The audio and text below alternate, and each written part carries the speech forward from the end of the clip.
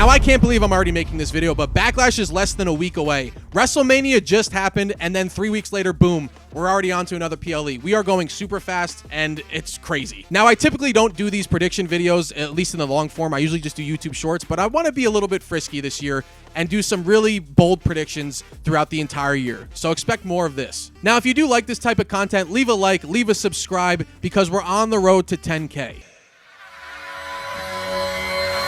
Let me in. Now, here are my Backlash predictions. So the first thing that jumps out to me is the fact that this is supposed to be the Backlash of WrestleMania. There generally isn't a single match on this card that has anything to do with WrestleMania. Part of it is because just of how quick Backlash has come. Backlash is already here. So, like, what the fuck? This card just really seems thrown together because they only had 3 weeks to build this entire thing. And it's the fact that WrestleMania was so late this year, and I hope they never, ever do this again. Leave it to the end of March or early April so you actually have some time to build to Backlash, because having 3 weeks to build a pay-per-view is ridiculous. But anyways, here are my predictions for Backlash. And let's start off with opening match Jey Uso versus Logan Paul. This is going to be Jey Uso's first title defense, and the match isn't officially announced yet, but Logan Paul already challenged him. They're not going to throw it out there on TV to not make it official. It's going to happen. I don't really have any expectations for this match. The fact that it's probably going to open the show would make me laugh, because we need to change Jey Uso's nickname to not main event Jey Uso. Just opening match Jey Uso would be perfect for him. I understand the logic of putting these two together. This is one of the most hated people on the planet in Logan Paul versus one of your most beloved characters in Jey Uso. So to put them two together is great, but it's just a match I don't really care for, but we're going to get it. Jey Uso should win this match, but I expect something pretty decent out of it. Logan Paul's super athletic. He can make it at least somewhat entertaining. We'll get a couple super kicks. Hopefully Jey Uso can up his arsenal of offense and we can get something actually entertaining. I didn't mind his match against Gunther at WrestleMania, but he's wrestling Gunther, so it's a little bit easier to have a decent match when Gunther is your opponent versus Logan Paul. I hope they come up with something good. Give me Jey Uso in this one. And speaking of Gunther, the next match that we're going to talk about is Pat McAfee versus Gunther. Weirdly enough, this is one of the most interesting matches on the entire card. The whole reason why they're fighting is because Pat McAfee was protecting Michael Cole after Cole said something about Gunther tapping to Jey Uso, where he snapped and went to go attack Michael Cole. Pat came in and tried to save him and eventually just got choked out. Pat comes on the next week talking shit about Gunther, saying who he is as a person, and we get the match at Backlash. I expect this match to be about 10 minutes of just Gunther beating the holy shit out of Pat McAfee.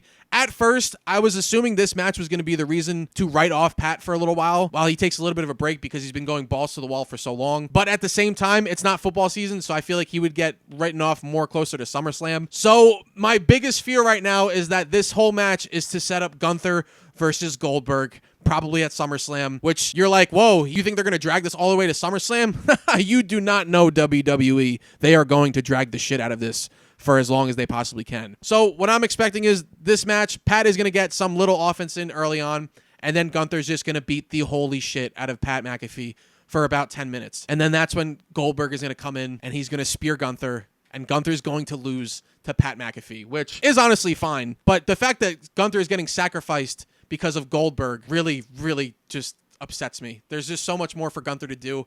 So the fact that we're going to be in this Goldberg vortex for a little bit is really bothering me. I don't have any confirmation of this. I only read like one rumor online about Goldberg possibly returning, and the more I think about it, the more it makes sense. This isn't the time for Pat to be written off TV because football season isn't until late August, so I can't imagine Pat's going to be gone that long, if at all. And eventually we're going to get the final retirement match of Goldberg versus Gunther, and I could not care less, if I'm being really honest with you. And next on the list is Lyra Valkyria versus Becky Lynch for the Intercontinental title. And hey, I made a video about things I want to see in this new WWE season, and one of them was the women's mid-card titles features on PLEs. Really, the only reason why it's here is because of Becky Lynch. But hey, predictions are coming true, and I appreciate that. Hopefully we can keep this going and keep it going down the line. Now, I'm going to be 150% honest with you. Lyra Valkyria really doesn't move me like that. I'm not a huge fan of her, but I do get it.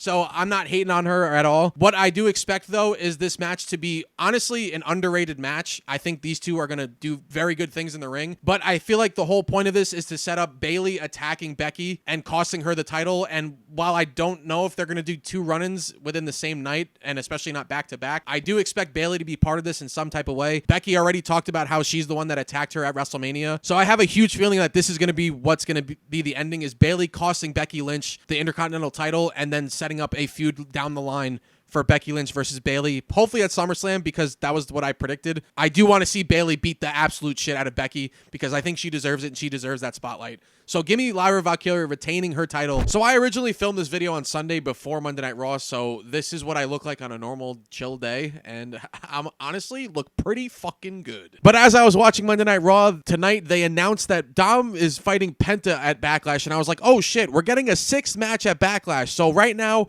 my video of things I want to see this WWE season is really cooking right now. So we're getting a 6th match, Dom versus Penta for the Intercontinental title. This is a really tough one because this could totally go either way, but I'm still going to stick with Dom here because he just won it, and I don't see him losing it this early, and I have a feeling when he does lose it, it's probably going to be to Finn Balor, and I really don't want to assume that Finn's going to cost him the title because I'm already predicting different matches to be costed, so I doubt they do 3 in a row. So give me Dirty Dom here. I really hope they go like an Eddie Guerrero type route where he's lying, cheating, and stealing. He does something to win.